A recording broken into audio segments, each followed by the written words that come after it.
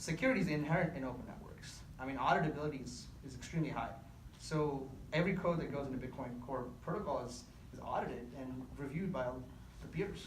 So 67% of enterprises use open source software. And one of the mostly wide open source software is Linux. It's maintained and curated by the community, and it's audited by peers. So the problem with private networks and proprietary software is that enterprises generally need to sell. I mean, there's nothing wrong with it. That's their business model, and they have to create revenue. And I don't feel anything that's wrong with it. But unfortunately, they would have a suite of products, and in the large ecosystems, when you deploy those products into a number of devices. Let's take IoT as an example. That sensors, devices that will have these softwares that are being embedded in them, they have to be patched and updated consistently. One device that hasn't been patched or updated becomes vulnerable, and it's kind of like once you're inside the network, your entire system is corrupted. That doesn't happen in distributed systems and open systems. So our job, at least my company's job, is to kind of help people understand the difference between open protocols and kind of distinguish the cryptocurrency aspect as it's just it's not a financial asset. It's a derivative of the network. The network is rewarding good behavior. So I think that's our job. That's what we're doing this conference, to educate people, to think beyond cryptocurrencies and use the word blockchain, use the word open protocol and open source software, because that's more relevant to what we do. That's great insight and very technical, thank you. So let's work the panel back this way, and I think we'll start with G, because you just did a great segue. And my next question is, we're here in Silicon Valley and we're all working with these ideas of smart cities. So what do each of you think about this? I'll do this as a general question to everyone and work our way this way. What do you think it will take for, maybe like the middle bits or some of the other cities and less technologically progressive areas of the country, what do you think it will take for them to join the open protocol networks, right, that we're talking about? And why will they do it, and what's the timeline? So G, I'll give it to you, and then we'll bring it this way. Sure. I would say, as I said, when I said there was 100 open public blockchains available, they're still in nascent, very early stages. They're unmature for any kind of enterprise adoption or deploying them into cities. If I was a city leader, I would not deploy like an open network like that into my city, because these are still maturing. So I would give it at least another 5 years.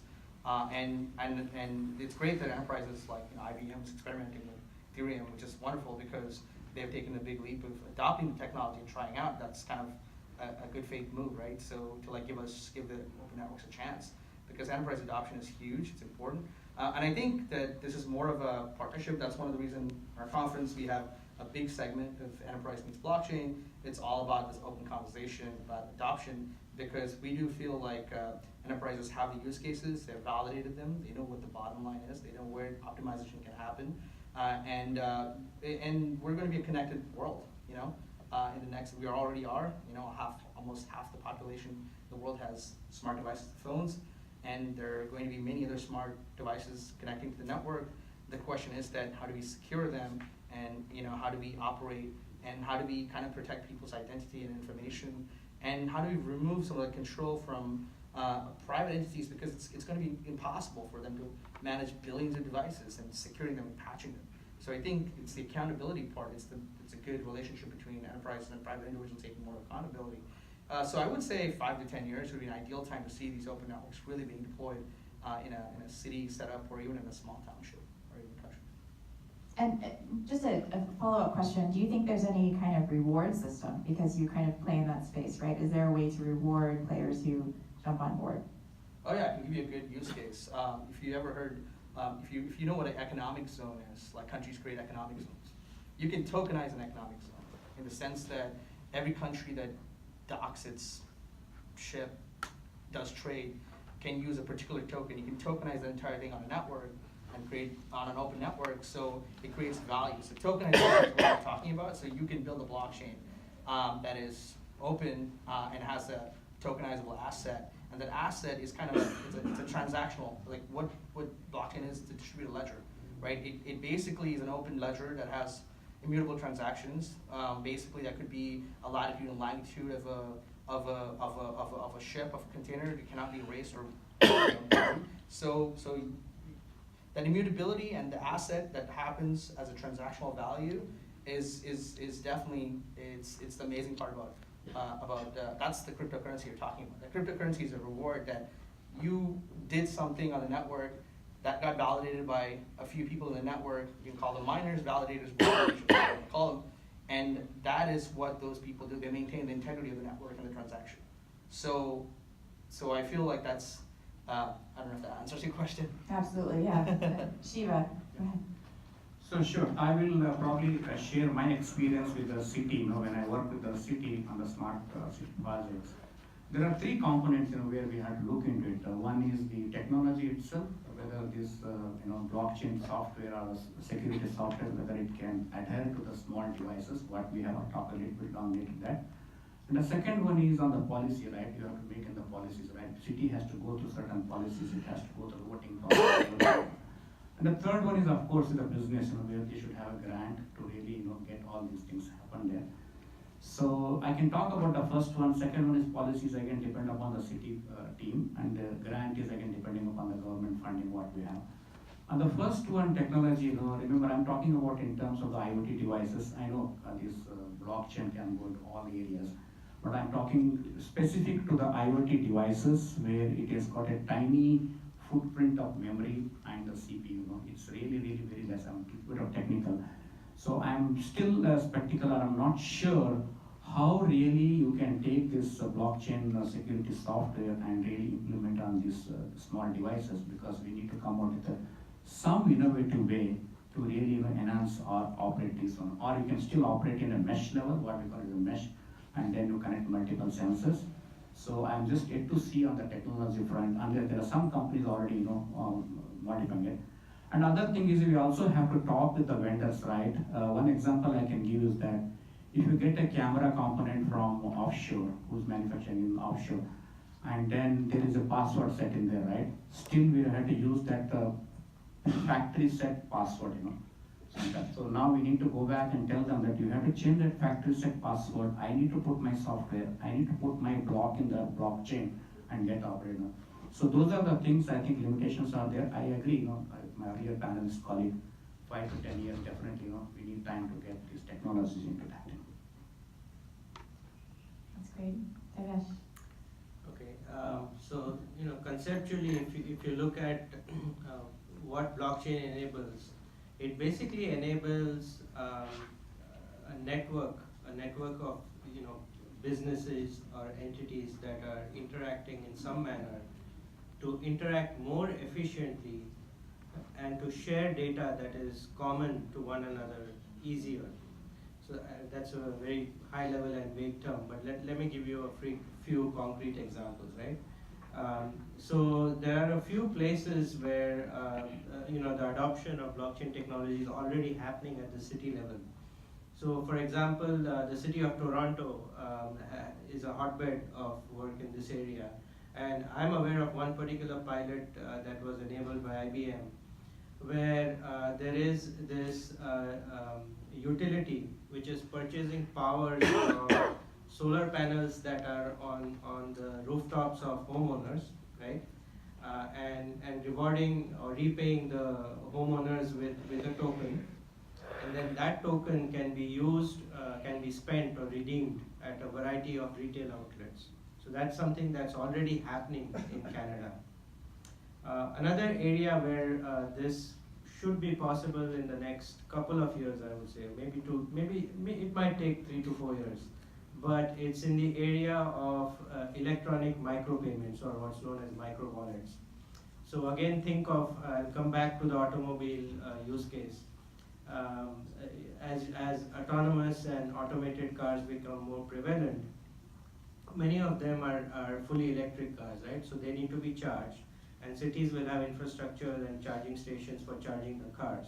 Today you have to swipe a card to turn the charger on and charge your vehicle.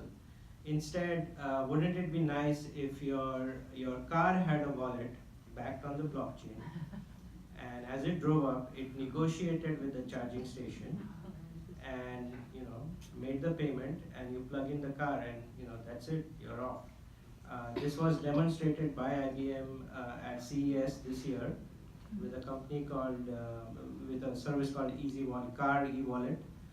It was in partnership with UBS and ZF, which is a tier 1 supplier to auto manufacturers. So this is happening, and there's going to be a generalized service that is going to be released later this year, I think. So these are two concrete use cases, and so I would say that, you know, while it may take 5 years for this to be completely available and become seamless, we are already seeing the first signs of it at the city level.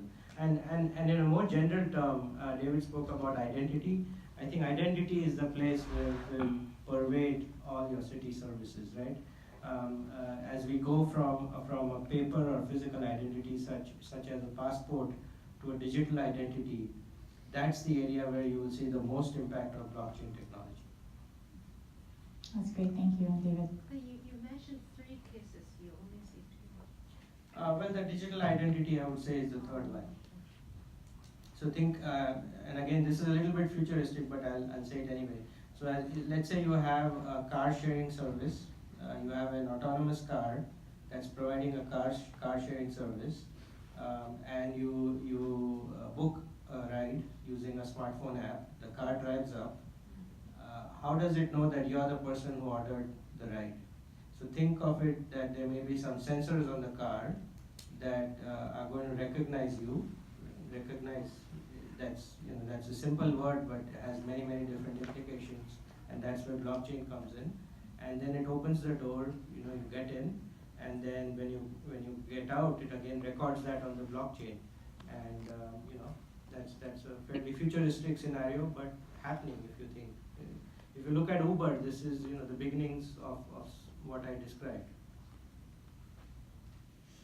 Well, I may have understood your question a little differently, Teresa, so let me take a slightly different twist on it. Think of it in terms of what's it going to take for this technology to be adopted. And I'm kind of a fan of the history of technology. So we actually have some experiences that we're all familiar with that might show us what it might be like. Think about music sharing. It started off with something called Napster, but eventually morphed into something called iTunes and Spotify. Think about cars replacing horse and buggy. Think about electricity replacing gas lamps. These are the kinds of evolutionary changes or revolutionary changes in the use of technology that at first they seem very unfamiliar, but eventually find their way into the mainstream. And I think that's really what we're on the verge of with blockchain. That's great. So I have one more question, and we'll shoot down this way. So I know this is a smart city conference, right? But ideally, government serves at the behest of its citizens, right? And consumer consumption, right, is 73%, give or take, of the GDP. So there's an element of this where ideally we're getting our data from real humans, right? So just maybe in like 1 or 2 sentences, really briefly off the top of your head, what do you think are going to be the biggest industries where we get capitulation from just the average Joe, who right now only 0.5% of people in the United States even know what blockchain is, right? So just really quickly, where do you see that friction going away first, or where is it most needed to disappear so that we can really embrace cryptocurrency and blockchain technology? David? Well, I think the financial industry has been experimenting earliest and longest on this, and we not always in the cryptocurrency space, but in back office operations. They're recognizing that the idea of being able to automate transactions and expand trust and some of the advantages that blockchains offer. So the financial industry certainly is an early adopter. And then maybe I'm biased on this, but I think Internet of Things, the fact that we have billions of devices that are connected, it's way beyond the way for us to manage from central cloud client server models, the idea that we're going to have to do things out at the edge or in the fog, as we sometimes refer to part of it. Blockchain will have a lot of usefulness for devices being able to authenticate each other, be able to negotiate, to interact without human intervention, and I think we'll see a lot of that happening. So I would say two areas.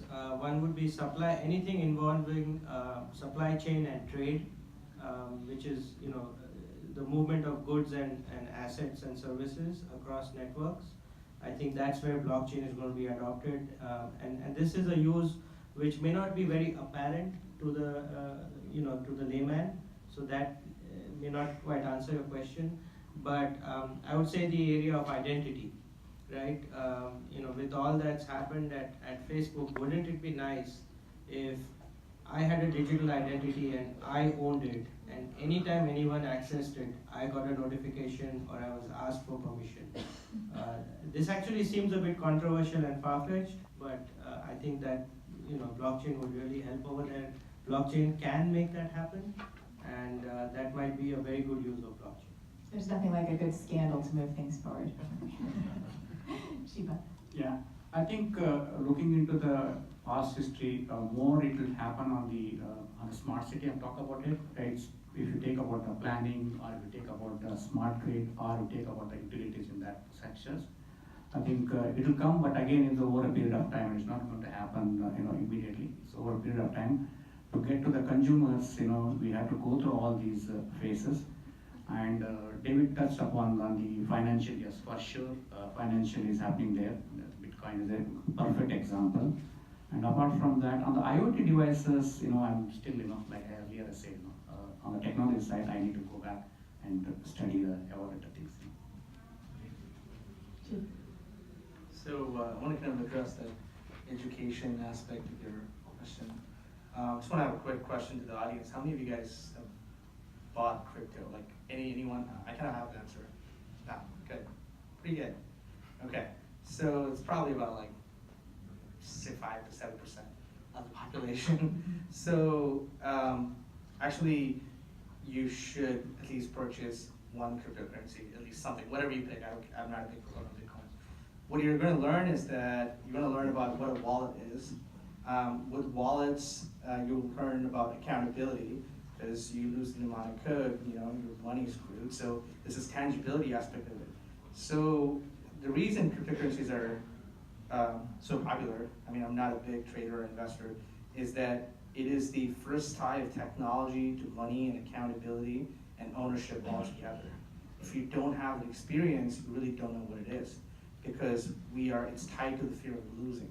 So everyone who's in the space, who's acquired crypto, knows how the basics of like the wallets are a little different. There's no bank you can go or call Visa and say, hey, my transaction is I had a fraudulent transaction in reverse. There's nobody there, right? Once the transaction moves forward, it's done. Somebody sees your private key, your money is gone.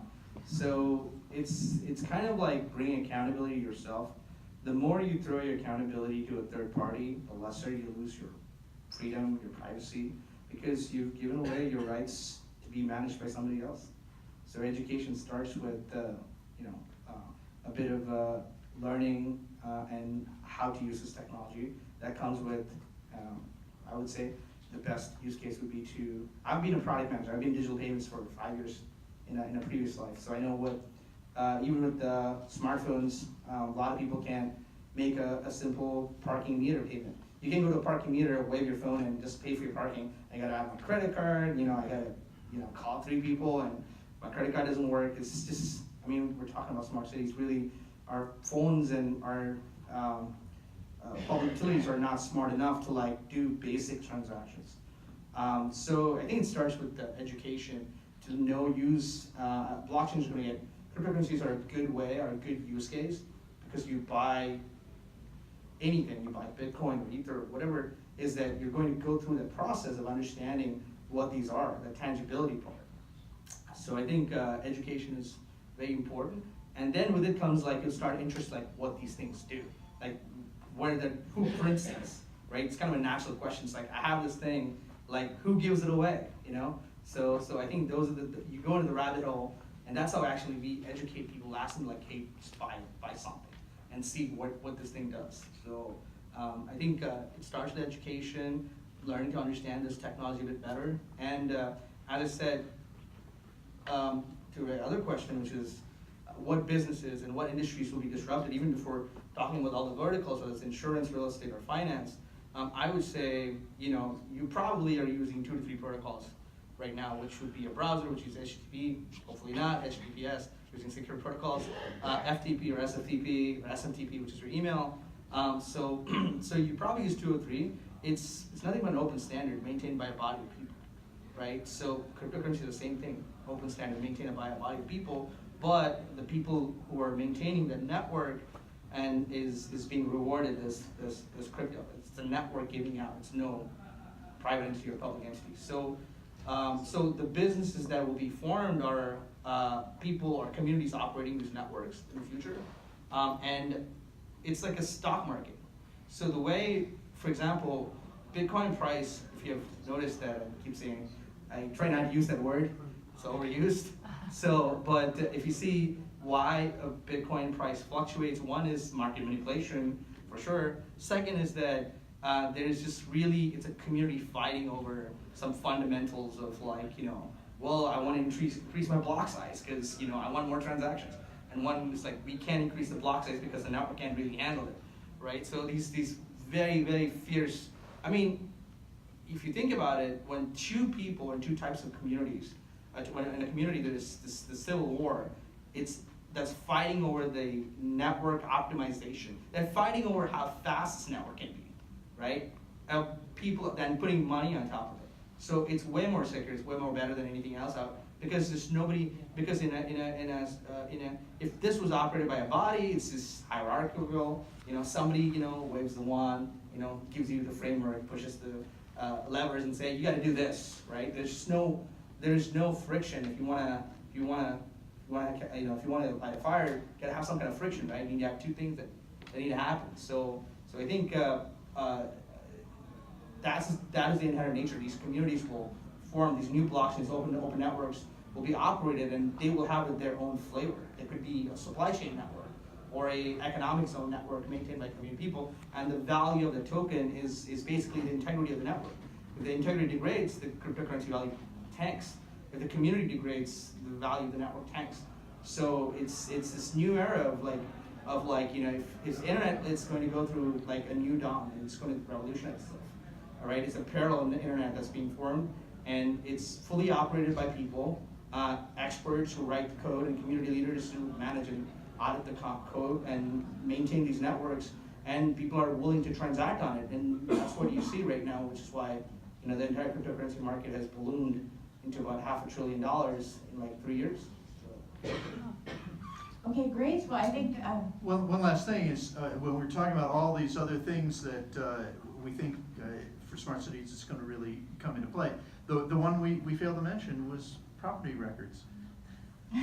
and we can talk about that. It was over covered dinner. this morning in the keynote, so don't worry about that. Well, I just want to thank all of our esteemed panelists. Thank you so much. I really enjoyed the conversation, and I've learned so much. So thank you for sharing your afternoon, and thank you to everyone in the audience.